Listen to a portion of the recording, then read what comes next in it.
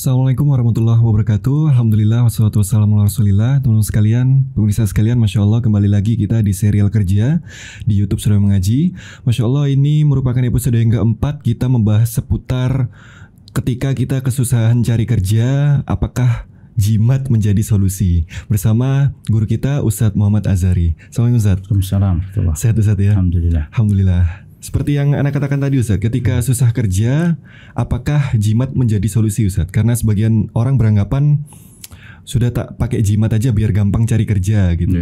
Gimana Ustadz? Berkaitan dengan jimat ya, dan ini bukan hanya berkaitan dengan kerja saja, tapi berkaitan dengan perkara-perkara yang lain. Misalnya pakai jimat biar dilindungi dari bahaya, ya, pakai jimat biar ada berwibawa dan sebagainya, ya. Jadi tentang masalah ini Rasulullah Shallallahu Alaihi Wasallam pernah bersabda, "Man ta'allaqa tamimatan faqad asyrak."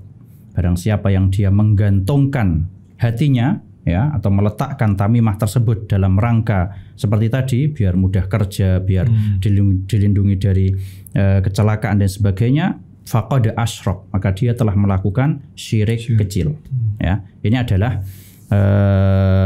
dalil yang menunjukkan bahwasanya haramnya perbuatan seperti ini, ya, memakai jimat. Meskipun mungkin orang tersebut berkeyakinan, aku tetap berkeyakinan yang ngasih rezeki itu Allah, ya. Jadi jimat ini cuman sebagai sebab, nah seperti itu, ya. Aku berkeyakinan jimat ini nggak ngasih rezeki aku, cuman ya kayak kita berdoa, kayak kita melamar kerja. Nah, cuman bedanya ini sebabnya itu aku letakkan pada jimat. Ya. Jadi sebagaimana aku berdoa, aku juga melamar kerja di tempat lain, aku juga pakai jimat. Jadi aku berkeyakinan jimat ini hanya sebagai sebab, bukan yang ngasih rezeki. Yang ngasih rezeki Allah. Maka kita katakan itu juga termasuk syirik. Ya.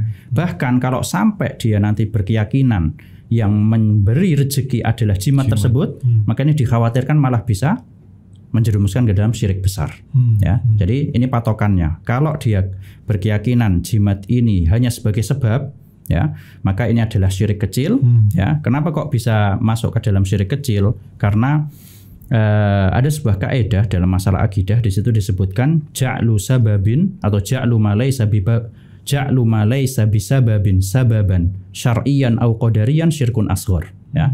Jadi menjadikan sesuatu sebagai sebab, padahal sesuatu tersebut bukanlah sebab menurut syariat maupun menurut penelitian, ya. Beda kayak misalnya apa? Kalau menurut syariat di antara sebab supaya mudah dapat kerja adalah berdoa. Ini ada dalilnya. Atau di antara sebab secara penelitian untuk dapat kerja adalah harus rajin-rajin melamar pekerjaan, ya. Tapi ini dia menjadikan sesuatu yang bukan sebab secara syar'i dan juga bukan sebab secara penelitian. Jimat itu kan secara syariat nggak ada dalilnya bahwasanya itu merupakan sebab mendapatkan kerja.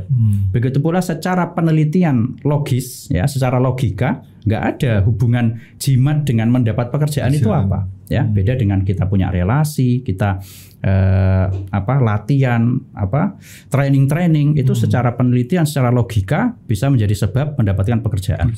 Ya. Jadi kembali lagi ke kaidah tadi, menjadikan suatu sebab, ya, sebagai atau menjadikan sesuatu sebagai sebab, padahal sesuatu tadi bukanlah sebab secara syar'i maupun secara penelitian atau logis, maka ini adalah termasuk syirik kecil, ya. Jadi hukumnya adalah haram, ya, melakukan hal-hal seperti ini. Yang harus dilakukan bagi orang yang ingin lancar pekerjaan atau mendapatkan pekerjaan adalah menggantungkan hatinya kepada Allah Azza wa Jalla, ya, bukan kepada hal-hal seperti ini, karena dikhawatirkan dapat menjerumuskan ke dalam syirik besar. Wallahu a'lam. Masya Allah, syukran Ustaz, jazakallahu khairan.